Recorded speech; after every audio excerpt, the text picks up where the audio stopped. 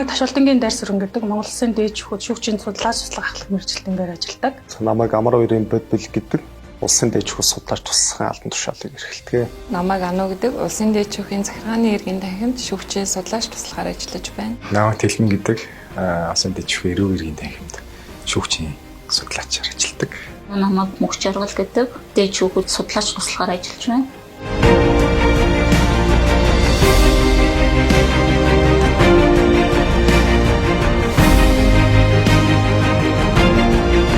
А 2021 оны шүүхийн тухай хуулиар орсон нэг томоохон өөрчлөлт нь Монгол Улсын дээд шүүх хууль эрхлээний нэгдвэл байдлыг хангах чиг үүрэг хэрэгжүүлэх зохицуулалт орж ирсэн. Энэ хүрээнд судлаач туслахын албан тушаал нь тухайн шаардлагатай хууль эрхлээний нэгдвэл байдлыг хангахад шаардлагатай мэдээлэл судалгаагаар хангах чиг үүргийг бол хэрэгжүүлдэг.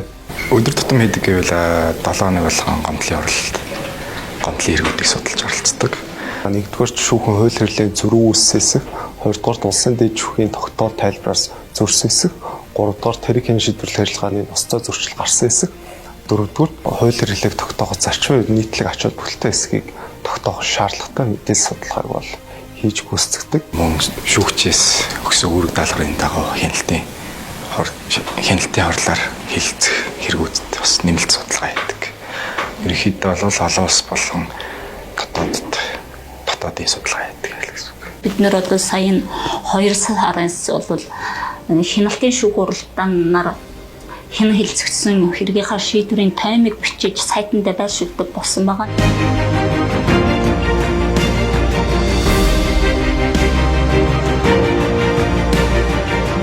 Нэмэлт судалгааны үед гэх юм бол ерөнхийдөө бол Монгол улсад шийдэгдэж байгаагүй гэмт хэрэг, Монгол улсад гарч байгаагүй гэмт хэргийн тухай олон улсад ер нь яаж шийддэг юм бэ?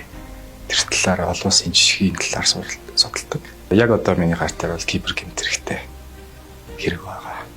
Тэгэхээр олон улсын кибер гэмт хэрэг гэдэг ойлголт нь яг юу юм бэ?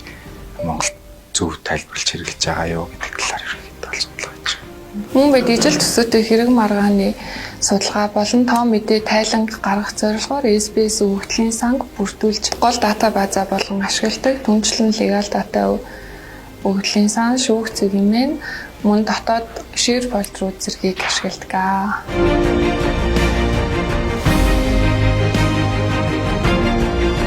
Шүүх уралдаанаа бол энэ лайваар сонсоод одоо тухайн гэморын хохирлтын энэ хэргийг хэрхэн яаж шийдвэрлсэн шийдлийг нь сонсоод таймаа бичээд ингэ сууж байна.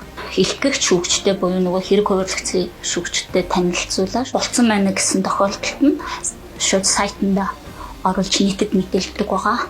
Хууль эрхлээний нэгдвэл байдлыг хангах хамгийн гол арга хэрэгсэл бол улсын дээд шүүхийн албан ёсны тайлбар гэдэг. Хууль заснаар бол улсын дээд шүүх албан ёсны тайлбарыг гаргахдаа шүүхийн шийдвэр практикт үндэслэн гаргах бол шаардлагатай. Энэ хүрээнд мөн судлаач туслах тухайн шаардлагатай шүүхийн шийдвэр практик нь юу болохыг тогтоох, мөн холбогдох мэдээлэлээр хангах чиг үүргийг хэрэгжүүлдэг. Яг судалгааны үр дүнд хүний эрх дээрдэх юм бол одоо эрх зүйн байдлын дээрдэх юм бол түүнээс аюул их кайф авдаг. Шүүгчийн судлаач туслахаар ажиллаж байгаагийн гол давуу тал нь болохоор хэрэг маргааны төрлөөс хамаарат ямар хуулийг яаж зөв тайлбарлаж хэрэглэж байгааг сурч тодорхой хэмжээний туршлага хөрвүүлж байна.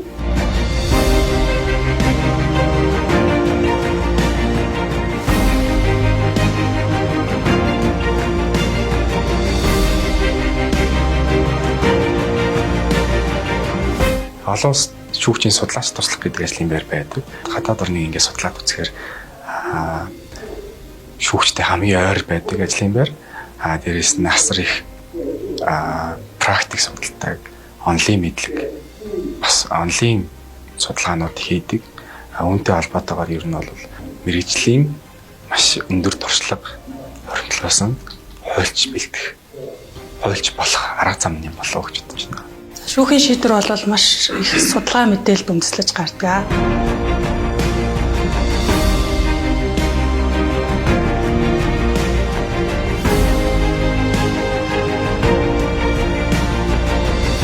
Дээд шүүхийнхаа тогтоол болгоныг судалж байнга эргэлтэнд судалтгаараа л их онцлог.